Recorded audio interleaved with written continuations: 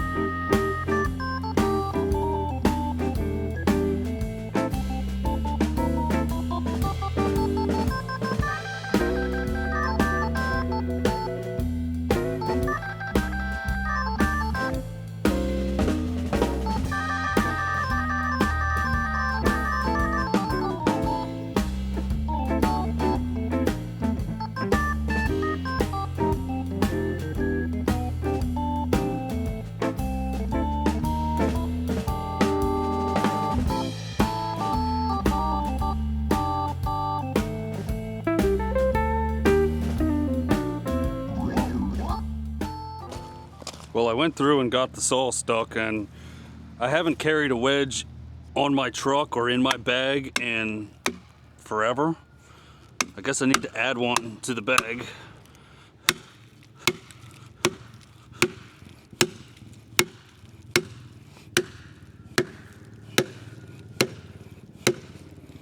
That way I can get my saw out.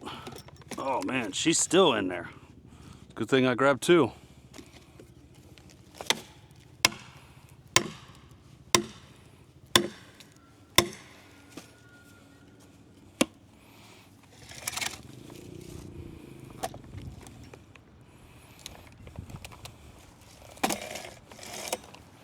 I had to go home anyway because I forgot the bar oil for the 500, well, for both saws, but luckily I had both saws and I was able to fire the 44 up and just keep going.